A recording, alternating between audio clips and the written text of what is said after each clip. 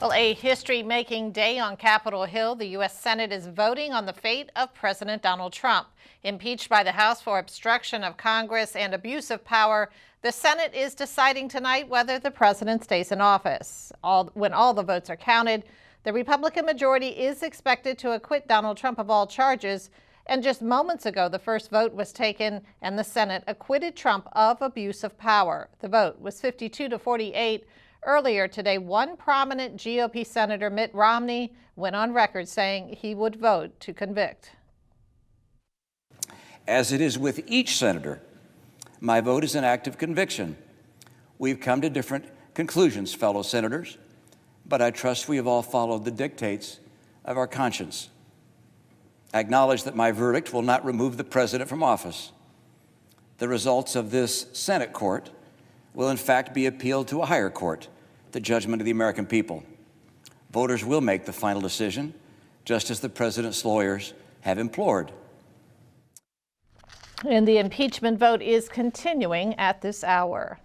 Well, a Tuskegee Airman is honored during President Trump's third State of the Union address. During his speech, Trump gave Bethesda native Charles McGee an honorary promotion to the rank of Brigadier General. He is believed to be the oldest living Tuskegee Airman. McGee commanded squadrons during World War II, as well as the Korean and Vietnam Wars. Also during his address, Trump touted his achievements on the economy, healthcare, and the creation of the Space Force. Jobs are booming, incomes are soaring, poverty is plummeting, crime is falling, confidence is surging, and our country is thriving and highly respected again. It was like a reality show.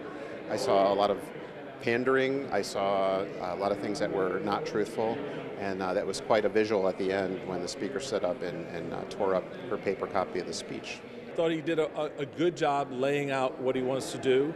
Was not happy to see the exchange between him and the speaker, both at the beginning and at the end.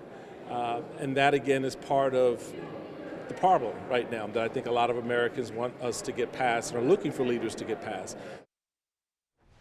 And Republican Michael Steele was Maryland Lieutenant Governor under former Governor Robert Ehrlich. And this just into the newsroom, the President Trump has been acquitted of the second article of impeachment. 53 votes were found not guilty to 47 guilty. Once again, President Trump has been acquitted of both articles of impeachment. Meantime, Governor Larry Hogan delivers his State of the State address and calls on Pennsylvania to do more to stem Chesapeake Bay pollution. He also calls for greater scrutiny of school districts and their spending practices. Meantime, Hogan is proposing to eliminate income taxes for retirees making less than $50,000 and reducing it by half for those making under $100K. We propose the Retirement Tax Reduction Act of 2020, which will provide more than $1 billion in tax relief over 5 years. Under this plan, retirees making $50,000 or less who are often forced to make tough choices every single day just to make ends meet will pay no state income tax whatsoever. Hogan is also once again introducing legislation to end gerrymandering in Maryland after the U.S. Supreme Court ruled last summer that federal courts have no role in deciding that issue. Legislation that would impose stricter regulations on who can maintain certain weapons in Maryland is scheduled for a hearing this afternoon in the state Senate. The measure would require all private sales of rifles and shotguns be subjected to background checks. We have to balance. There's always checks and balances. Like we all support the Second Amendment, but we also have to protect the public safety against those who should not have guns because they're banned by law. We need to protect our families, our children, our communities, and this bill will do that.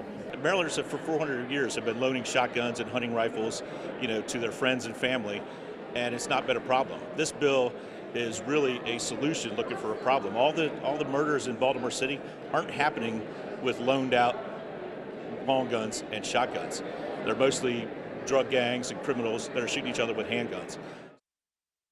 And a cross-filed bill passed in the House yesterday. Other gun control measures introduced include a ban on untraceable guns made with 3D printers and expanding the state's ban on assault rifles. You are watching CTV News. I'm Patricia Vallone. Still to come, the votes are in from the Maryland special election. We'll tell you who is one step closer to taking the congressional seat when we return. Thanks for staying with us tonight. Democrats are choosing Kweisi Mfume in Maryland's special primary election. The former NAACP chief beat out dozens of candidates vying to replace the late Congressman Elijah Cummings.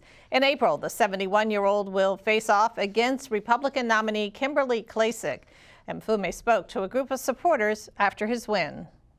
The biggest thank you is for all of the volunteers all over. All of you.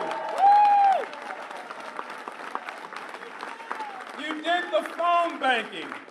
You did the early morning waves. You worked the poll. You stuffed bags. You prayed for us. Yes. And you gave us everything you had. Yes. You don't know how eternally grateful I am that volunteers like you have signed on to this campaign. And the special general election is set for April 28th. Well, the search is on for the next Maryland State Superintendent of Schools. Dr. Karen B. Salmon will be stepping down from her post when the term expires at the end of June. Hazard Young at T and Associates, an Illinois-based firm, will be leading the search to fill the position. The state board is also seeking the public's input on who should take that job. For more information, visit the Maryland State Department of Education's website. A former Prince George's police corporal who was convicted of assault and misconduct last year is now being sued by his victim. Andre Verdier is suing Stephen Downey for the incident in 2018 when he was punched in the head and face while handcuffed and seatbelted. Downey is currently serving a 6-month sentence and is required to complete 100 hours of community service upon release. Well, students and alumni gathered at Bowie State University this morning for spring convocation. The ceremony kicks off the start of a new semester and Black History Month. The theme for February is African Americans and the vote. Keynote speaker, State's Attorney Aisha Braveboy, addressed the importance of casting your ballot. Your vote is what gives you power.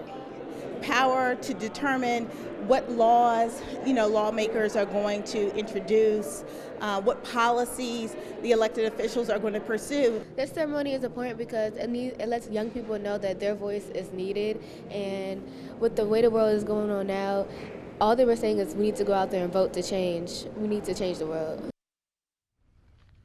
And Braveboy also discussed a new partnership between her office and the Bowie State's Criminal Justice Department. Exactly 10 years ago today, the D.C. region had one of the largest snowstorms on record. On February 5th and 6th of 2010, up to 2 feet of snow fell during a stormy period that would later be dubbed Snowmageddon. The heavy weekend snowstorm was followed by a blizzard several days later, and when it was all said and done, BWI had a total of 50 inches. Nearly all of the area's top 10 snowstorms occurred on a Friday or on a weekend. And I remember that one well. A Holy Family Catholic school took on science in a different way with some help from a special visitor. All the details on that plus your Wednesday Sports Page report on the other side of the break. After enduring 8 long months of training, there are now 11 new sheriffs in town. Friends and family gathered at Riverdale Baptist to watch their loved ones complete this milestone. The new officers will be joining the Prince George's and Bowie police departments. The graduates say that they're eager to get to work in their new community and build healthy relationships. People look at the police as a negative thing. I was looking for state jobs at the time, and I saw a police officer was there, and I'm like, maybe I can change, the view of police. So, like I said, I'm 24 years old, so growing up is negativity about police. I can change that. I know if my friends see me as a police officer, they can trust me. So what I'm trying to do is build that better relationship right now. And congrats to all those new recruits.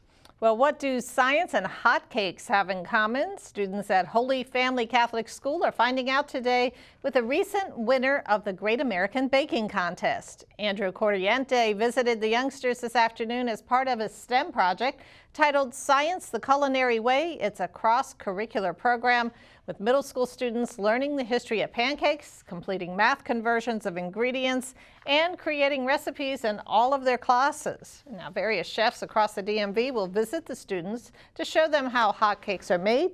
Corriente made a popular topping to put on flapjacks, whipped cream. I'll explain to them the science behind fat, the air incorporation, the whisking, the cold temperature, and so that when they get home, they can easily make whipped cream for their loved ones. We integrated science, math, English, social studies all together to show the kids that everything is interrelated. Science, math, all of that makes a perfect pancake. And students are also participating in a pancake competition during Shrove Tuesday on February 25th. Well, the fight to find a cure for leukemia and lymphoma extends far beyond the doctor's office and research labs. 46 county schools have signed up to help raise money for cancer research. One school in Upper Marlboro is close to reaching its $2,020 goal. And CTV News spoke with organizers about the big fundraiser.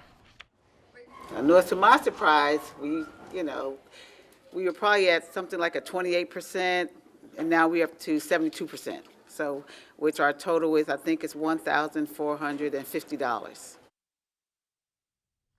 And tune in tomorrow for that full story.